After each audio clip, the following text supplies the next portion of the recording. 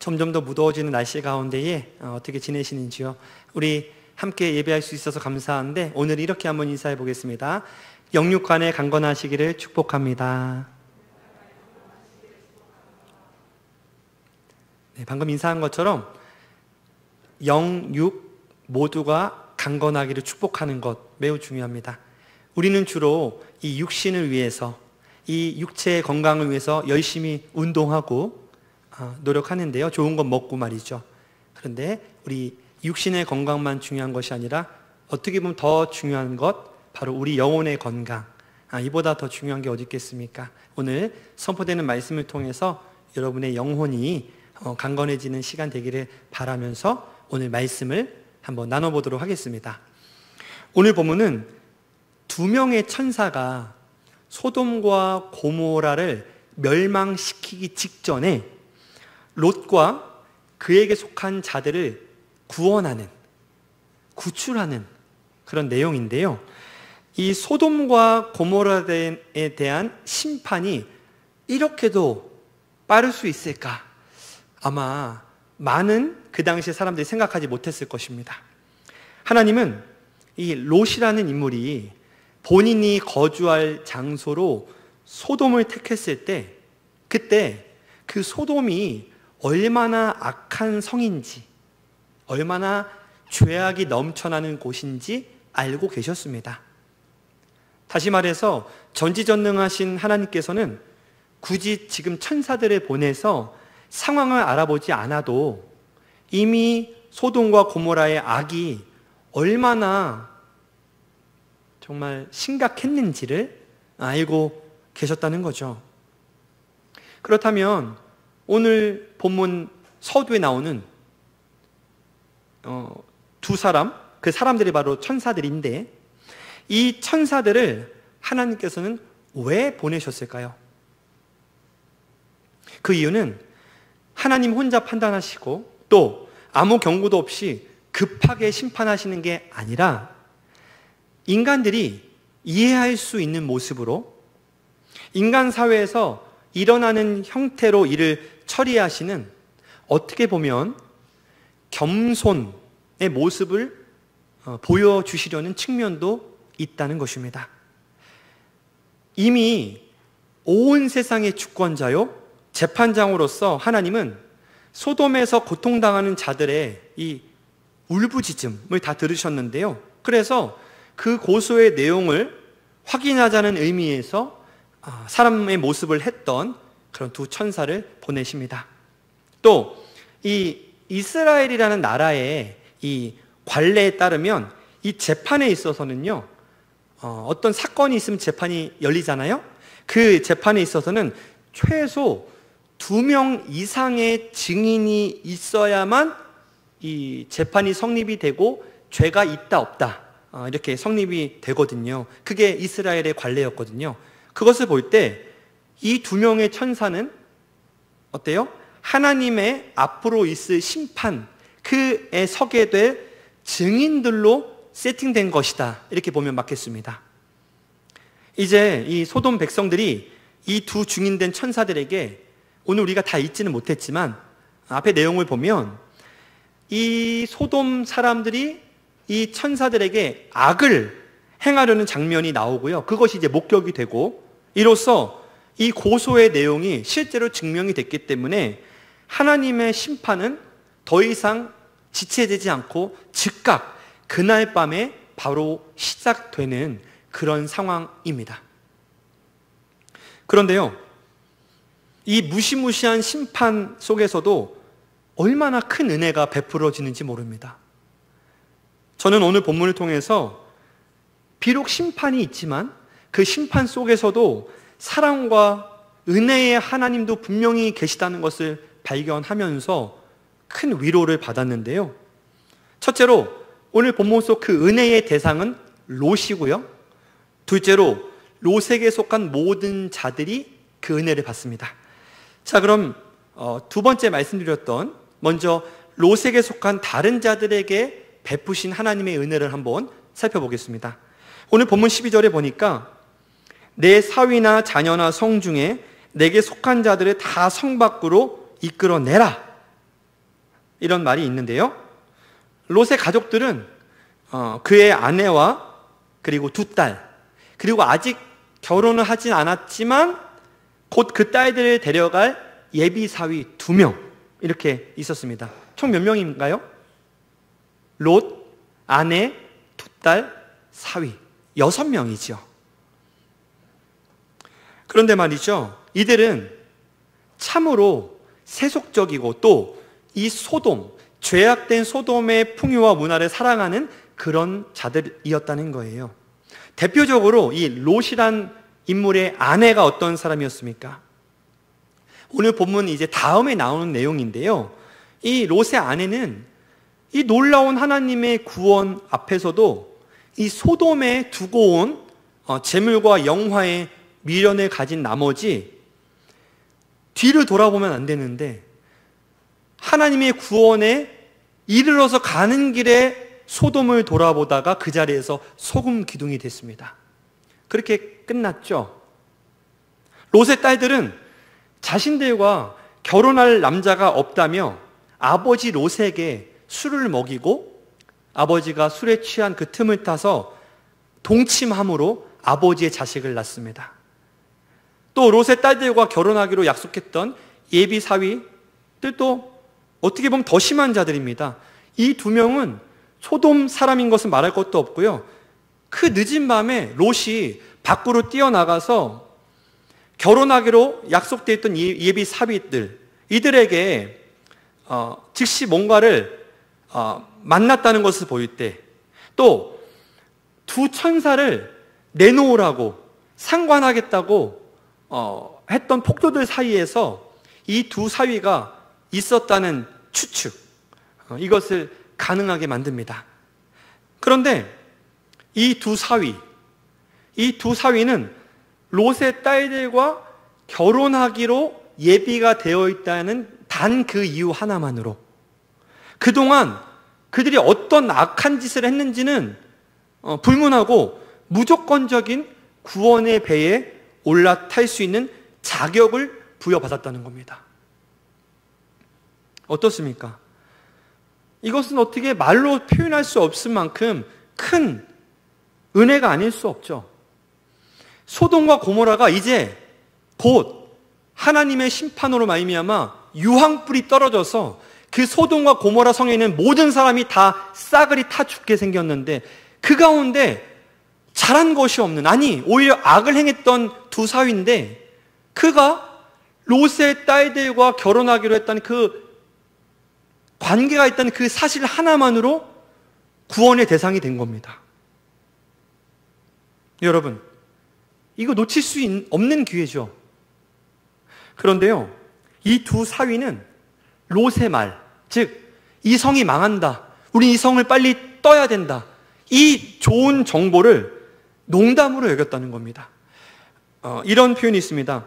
농담으로 여겼더라 이렇게 말하고 있는데, 이 농담으로 여겼더라에 쓰인 원어는 차하크라는 단어인데, 이 차하크는 그 뜻이 비웃다, 조롱하다 이런 말입니다.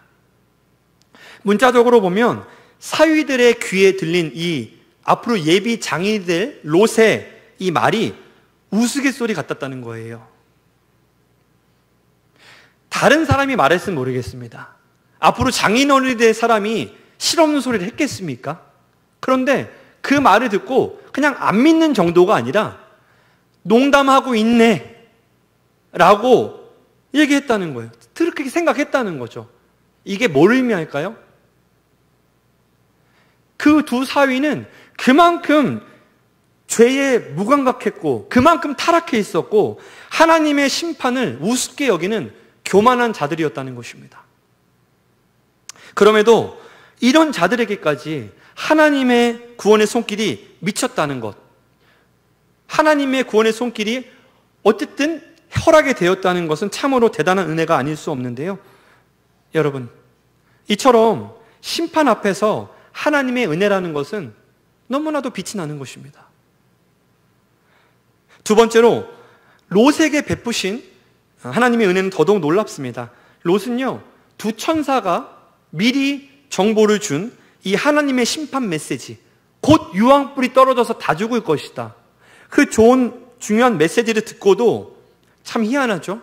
소돔 떠나기를 망설이는데요. 상황을 잘 살펴보면 두 천사가 잠들 무렵 폭도들이 몰려왔고요.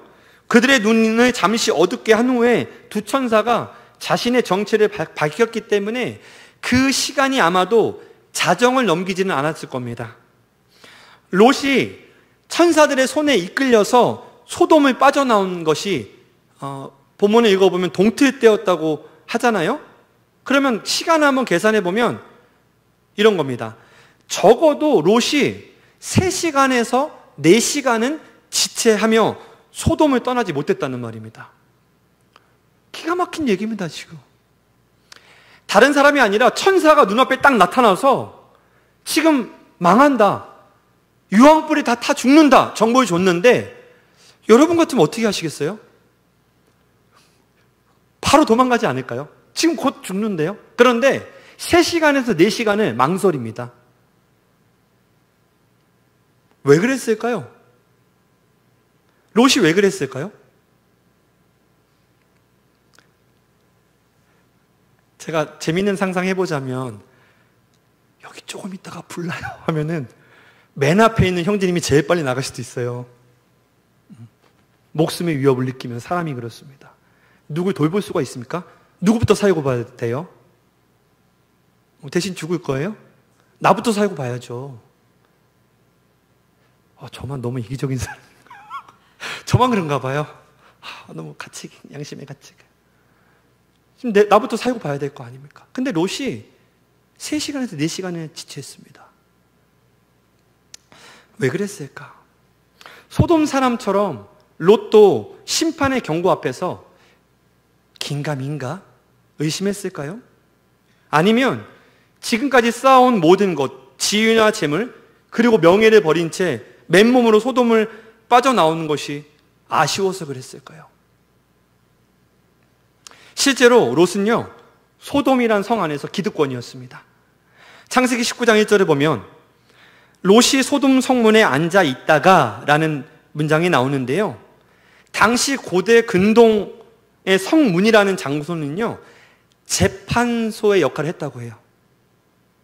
그러니까 그들도 뭔가 다툼이 있을 것 아닙니까? 그때 재판을 어디서 하느냐? 성문에서 했는데 롯이 지금 성문에 앉아있다라고 표현됐다는 것은 뭡니까? 롯이 재판관이나 법관의 역할을 하는 소돔의 지도자였다는 것을 추측할 수 있는 것입니다. 또 소돔은 풍요로운 곳으로서 롯의 재산도 상당했을 것입니다. 이런 어떤 역사적 배경을 기반으로 한번 상상해 보실까요? 어쩌면 롯에게 그 심판 당일에 중요한 사업 미팅이 있었는지 모르겠습니다. 롯의 아내는 두 딸과 함께 결혼 예물을 잔뜩 쌓아놓고 그것을 누릴 생각에 빠져 있었을지 모르겠습니다. 또는 어떤 주문 제작한 고귀한 물건이 배달되어 오고 있었을 수도 있을지 모르겠습니다. 아무튼 롯이 하나님의 긴급한 이 심판을 듣고도 탈출하기를 망설였다는 것은 결국은 그가 소돔 떠나는 것을 싫어했다는 것이고, 이는 이유를 불문하고 소돔이 주는 것들을 사랑했고 그것들에 미련이 있었다는 증거입니다. 따라서 롯과 그의 가족은 지체하다가 두 천사의 손에 붙잡혀 강제로 성 밖으로 끌려 나옵니다. 자기 발로 안 나왔습니다. 아마도 내비뒀으면 그냥 있다가 죽었을 겁니다. 망한다는데도, 불이 떨어져 네가 지금 죽는다고 하는데도 아마 있었을 겁니다. 천사가 두고 볼 수 없어서 손을 잡고 끌어냈습니다. 그리고 도망도 산으로는 가지 못하고 소돔과 비슷해 보이는 작은 성 소알이라는 곳으로 피신하지요. 그럼에도 이 우유부단하고 믿음 없이 지체하는 롯에게 하나님은 은혜를 베푸십니다. 어리석은 태도와 미련을 보이는 모습을 일절 책망하지 않으시고 롯과 그 가족의 요구를 최대한 들어주시는 이 하나님의 은혜. 이 은혜는 소돔의 죄악 그리고 롯의 미적거림과는 달리 상반되게 빛이 나고 있습니다. 이처럼 롯이나 롯에게 속한 모든 사람은 절대 구원받을 만한 의인이 아니었는데요, 어떻게 이들이 멸망하는 소돔과 고모라에서 유일한 생존자라는 하나님의 은혜를 입게 되었을까요? 그 이유는, 그 힌트가 창세기 19장 29절에 딱 나와 있습니다. 제가 읽어드릴게요. 하나님이 그 지역의 성을 멸하실 때, 곧 롯이 거주하는 성을 엎으실 때에 하나님이 아브라함을 생각하사 롯을 그 엎으시는 중에서 내보내셨더라. 자, 방금 읽어드린 이 구절에 보니까 어때요? 하나님께서 누구를 보시고 롯을 구원해 주셨습니까? 네, 바로 아브라함이죠. 하나님이 그 지역의 성을 멸하실 때 롯의 의로움을 보시고 그를 보시고 구원해 준 게 아니라 본문의 언급 그대로 하나님이 아브라함을 생각하사 그렇게 조치하셨던 것입니다. 여러분, 아브라함이 누굽니까? 하나님이 인정하신 믿음의 사람이요, 훗날 믿음의 조상으로 세우시기 위해 선별하신 그런 사람이잖아요. 바로 그가 본인의 조카 롯을 위해 간절히 기도했기 때문에 하나님은 그의 기도를 들으시고 롯을 구해 주셨다는 거예요. 아브라함은 단지 롯을 위해서만 기도하지 않았고요, 롯에게 속한 다른 사람을 위해서도 기도한 게 분명했습니다. 왜냐하면 롯의 가족들은 롯보다도 못한 죄인들이었기 때문입니다. 그리고 이 모든 은혜는 거듭 말씀드리지만 바로 의인인 아브라함의 중보 기도로 인함이었다는 것입니다. 우유부단하고 욕심 많은 롯과 그의 가족들의 구원을 볼 때 우리는 의인이 드리는 중보 기도가 얼마나 큰 힘이 있는지를 알 수 있는데요, 야고보서 5장 16절 하반절을 읽어드립니다. 의인의 간구는 역사하는 힘이 큼이니라. 롯의 이야기뿐만 아니라 한 사람의 의인과 그들의 믿음, 그리고 중보 기도가 온 가족과 한 민족을 살린 예시가 성경에 많이 나옵니다. 창세기 7장에 보면 누가 나옵니까? 의인인 노아가 나오죠. 그 당시에 모든 인류가 타락했습니다. 그런데 의인이었던 노아 한 사람, 그 노아 한 사람으로 인해서 그의 가족 7명, 합쳐서 8명이 대홍수에서 목숨을 건지고 인류가 멸망하는 것을 막게 됩니다. 여호수아 6장에 보면 믿음과 용기의 여성 라합이죠. 이따 순 모임 때 라합이 어떤 인물인지 한번 순장님들에게 설명을 들어보십시오. 라합은 그렇게 잘난 사람이 아닙니다. 이 라합, 여호수아 6장에 보면 이 믿음과 용기의 여성 라합에 의해서 이스라엘이 여리고성을 멸망시킬 때 라합의 부모와 형제, 그에게 속한 모든 가족이 구원을 받습니다. 신약으로 한번 넘어와 볼까요? 사도행전 10장과 11장이 언급하는 이탈리아 부대 백부장 고넬료 가족의 구원 역시도 한 사람의 의인인 고넬료로 인해서 그와 그 온 집안이 베드로를 통해서 예수를 믿고 구원받는 모습이 나옵니다. 마지막으로 예수님은 어떻습니까? 로마서 5장 17절부터 19절을 세 번역으로 읽어드립니다. 아담 한 사람의 범죄 때문에 그 한 사람으로 말미암아 죽음이 왕노릇하게 되었다면 넘치는 은혜와 의의 선물을 받은 사람들은 예수 그리스도 한 분으로 말미암아 생명 안에서 왕노릇하게 되리라는 것은 더욱더 확실합니다. 그러니 한 사람의 범죄 행위 때문에 모든 사람이 유죄 판결을 받았는데 이제는 한 사람의 의로운 행위 때문에 모든 사람이 의롭다는 인정을 받아서 생명을 얻게 되었습니다. 한 사람이 순종하지 않음으로 말미암아 많은 사람이 죄인으로 판정을 받았는데 이제는 한 사람이 순종함으로 말미암아 많은 사람이 의인으로 판정을 받을 것입니다. 예수님의 십자가 순종으로 우리가 의인이 되었고요, 하나님께 의로운 자라고 인정을 받은 것입니다. 그리고 그 예수님 때문에 우리는 지옥을 피할 수 있게 됐습니다. 앞으로 태어날 모든 인류가 예수님이라는 그 한 분, 의로우신 분 때문에 지옥을 피할 수 있게 됐습니다. 여러분, 지금 여러분이 받아 누리는 은혜 역시도 받을 자격이 없는 자에게 주어진 기적일 수 있는 겁니다. 나의 부모님이, 나의 조부모님이, 아니면 내가 잘 알지 못하는 누군가의 기도로 인해서 자격 없는 내게 하나님은 은혜를 베푸시고 구원의 손길을 내미신다는 건데요. 그렇다면 이제는 우리가 어떻게 해야 하겠습니까? 누군가의 기도와 믿음으로 삶을 지탱하는 것을 넘어서서 이제는 나도 누군가에게 기도를 심어서 그들을 구원하는 통로가 되어야 하지 않겠냐, 이 말입니다. 복음의 빚진 자, 기도의 빚진 자라고 감사만 하는 수준을 넘어서서 이제는 복음을 뿌리는 자, 기도를 뿌리는 자가 되어서 나를 통해서 죄인들이 살아나고 은혜를 누리며 변화되는 역사가 있어야 하지 않겠습니까? 말씀에 맺습니다. 사랑하는 우리 중곡동교회 청년 여러분, 어쩌면 우리에게도 이 롯과 같은 모습이 있다는 겁니다. 지금 우리가 롯의 흉을 봤잖아요. 아니, 천사와 와서 얘기를 해주는데도 그걸 안 듣고 미적미적 거리고 있어? 도대체 너는 뭐 하는 사람이야? 그런데 그 롯의 모습이 내 모습은 아니냐 하는 겁니다. 미련하고 어리석은 것에 집착하고 또 끊어버리라는 하나님의 결단 촉구에 미적거리면서 세상에도 한 발, 하나님에게도 한 발, 교회에도 한 발, 세상에도 한 발, 그렇게 왔다 갔다 하는 것이 어쩌면 우리의 모습이 아니냐, 이런 말입니다.